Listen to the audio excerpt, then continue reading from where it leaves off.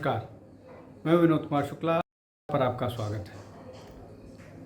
क्षेत्रीय दल लगातार टूट रहे हैं, चाहे तृणमूल कांग्रेस की बात कर लें, चाहे राष्ट्रवादी कांग्रेस की बात कर लें, चाहे शिवसेना उद्धव बाला साहब ठाकरे की बात कर लें, या समाजवादी पार्टी में के टूटने की लगातार खबरें आ रही हैं।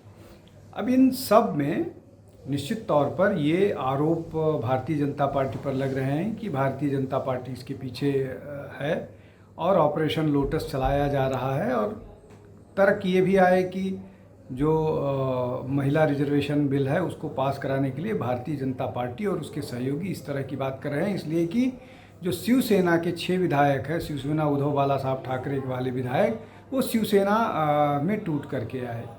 अब इसमें एक और महत्वपूर्ण पक्ष है जिसको लगातार नज़रअंदाज किया जा रहा है, वो ये कि इस सब मामले में कांग्रेस चुप्पी साधे हुए है।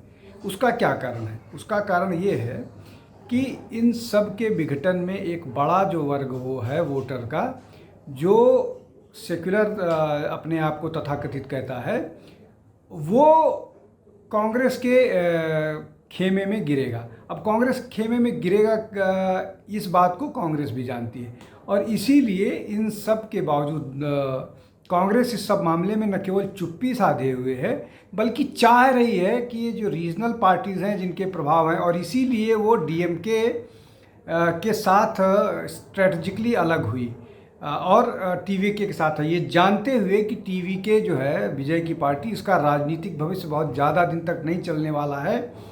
उसके बहुत सारे कारण हैं, उस पर हमने एक वीडियो बना चुके हैं, पहले से ही बता चुके हैं। उसको जा कर के आप आई ऑफ ट्रुथ पर देखिएगा तो आपको मिलेगा। तो ये स्थिति है।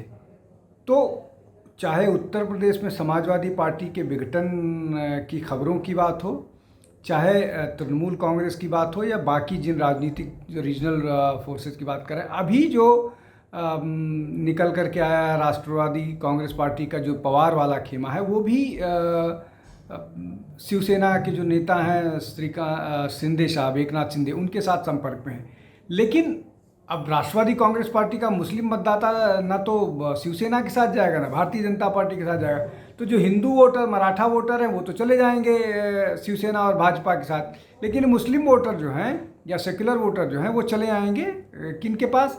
कांग्रेस के पास। तो कांग्रेस को ये कहिए कि बिल्ली के भाग से छींका टूटने वाली स्थिति है। इसीलिए कांग्रेस इस पूरे मामले में चुप्पी साधे हुए है और इंतज़ार कर रही है कि ऐसा हो और एक दो पक्षी, मतलब दो राजनीतिक दलों के बीच की टक्कर बचे, इसी उस पर वो काम करती हुई नज़र आ रही है, या कम से कम चुप्पी उसकी यही बताती है।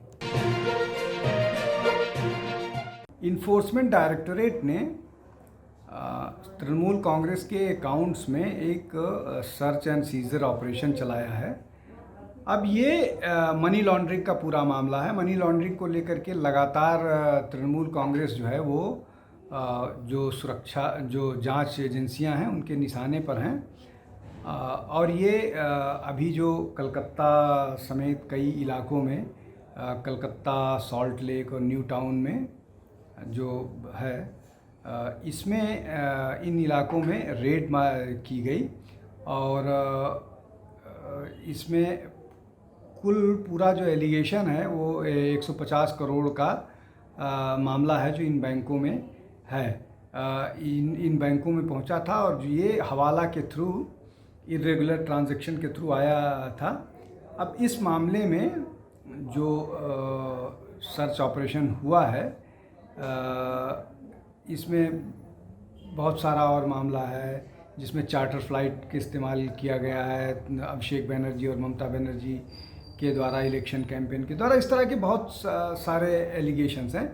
इसको लेकर के एक रेड ईडी की है और ईडी की पीएमएलए के द्वारा, और ये जो है कब हुआ? जब अरूप विश्वास, जो तृणमूल कांग्रेस के पूर्व ट्रेजरर हैं, उन्होंने लिखित 12 जून को दिया था कि अकाउंट को फ्रीज़ कर देना चाहिए। ये सब किए जाने, ये सब के बाद ये सारी प्रक्रिया चल रही है। अब चूँकि पश्चिम बंगाल में सरकार बदल गई है, तो सरकार बदलने के बाद थोड़ा सा ईडी को काम करने में सहूलियत हो रही है। इसलिए ये सारी चीज़ें हो रही। नहीं तो पहले तो ईडी को जाने पर, पश्चिम बंगाल पहुंचने पर उनकी पिटाई होती थी, उनके खिलाफ हिंसा होती थी। ये जो बदलाव हुआ है ये सरकार बदलाव के कारण हुआ है, इसलिए ये इन्वेस्टिगेशन आगे बढ़ रहा है। अब इसमें बहुत सारे लोग हैं, बहुत सारे प्लेयर्स हैं, लेकिन ये जो पूरा का पूरा मामला है ये 440 करोड़ का है। अभी तो 150 करोड़ रुपए अकाउंट में, लेकिन ये पूरा का पूरा जो है मनी लॉन्ड्रिंग वाला 440 करोड़ का है। और इसी पूरे मामले में ईडी जो है वो इन्वेस्टिगेशन करती हुई दिख रही है। ये इन्वेस्टिगेशन कर रही है, जिसको इन्वेस्टिगेशन को आगे बढ़ा रही है। इसमें अभी लंबा समय लगेगा, बहुत सारी चीज़ें हैं, प्रूफ जुटाए जाएंगे, उसके बाद मामला अदालत में जाएगा। तो ये सारी चीज़ें, लेकिन इसके कारण राजनीतिक तौर पर तृणमूल कांग्रेस को मुश्किल आएगी। पार्टी पहले से ही बिखर गई है, विधायक दल टूट गया है, संसदीय दल टूट गया है और संगठन टूट गया है। राहुल गांधी लगातार इस कोशिश में है कि किसी तरह से पार्टी को रिवाइव किया जाए, और वो इस कारण से जेन जी की बात कर रहे हैं, युवाओं की बात कर रहे हैं, और इसके लिए वो कोशिश भी कर रहे हैं। ये अलग बात है कि उनकी कोशिश कई बार जिस तरह से वो चाहते हैं वैसा अंजाम उसका नहीं हो पाता है।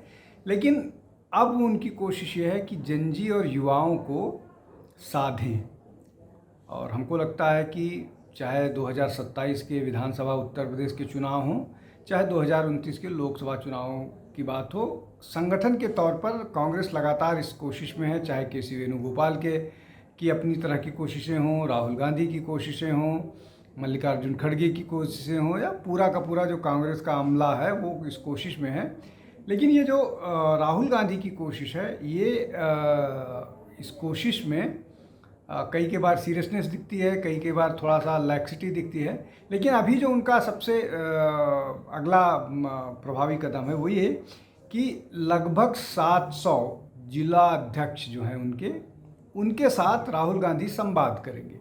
और उस संवाद की भूमिका में यही है कि जितने युवा वोटर हैं, चाहे वो रूरल हो, सेमी अर्बन हो या अर्बन हो या मेट्रोपॉलिटन वोटर हो, इन सब को साधने की कोशिश है। कांग्रेस की मुश्किल ये हो गई है कि जो युवा मतदाता है वो भारतीय जनता पार्टी के साथ जुड़ा हुआ है, चाहे वो हिंदुत्व के नाम पर हो, चाहे वो राष्ट्रवाद के नाम पर हो, और इसमें सेंध नहीं मार पा रही कांग्रेस, बावजूद इसके कि बहुत सारी कोशिशें होती हैं, भ्रष्टाचार की बात होती है, नीट का मामला उठाया जाता है, कॉकरोच जनता पार्टी जैसे राजनीतिक दल आते हैं। लेकिन इन सब के बावजूद लॉ एंड ऑर्डर को लेकर के बात होती है, इन सब के बावजूद जो भारतीय जनता पार्टी का मतदाता है वो अडिग है और मजबूती के साथ उनके खड़ा है। तो ये युवा मतदाता जो सबसे ज़्यादा प्रभावी है, वोकल है और सबसे बड़ा चंक है, उसको कोशिश की जा रही है। और इसी कोशिश में, और इनमें एक बड़ा वर्ग है जो विदेश से पढ़कर आया है, उनको भी साधने की राहुल गांधी कोशिश कर रहे हैं। और इस तरह के जो डिस्ट्रिक्ट प्रेसिडेंट के साथ संवाद है, इस तरह के और कई कार्यक्रम आयोजित करने की कांग्रेस की योजना है।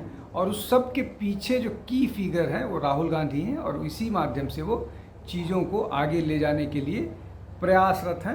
अब कांग्रेस को इसमें कितनी सफलता मिलती है, कितनी नहीं मिलती है, ये तो आने वाला समय बताएगा। लेकिन कांग्रेस के लोकसभा में नेता प्रतिपक्ष कुछ सीरियस प्रयास करते हुए दिख रहे हैं, ऐसा उनकी योजना से लग रहा है। हमारे चैनल आई ऑफ ट्रुथ को सब्सक्राइब कीजिए YouTube पर, इसे फॉलो कीजिए Facebook पर, Instagram पर, Twitter पर और Ku पर। हमारे चैनल के बारे में फीडबैक देने के लिए हमें मेल कीजिए ioftruth.6@gmail.com पर।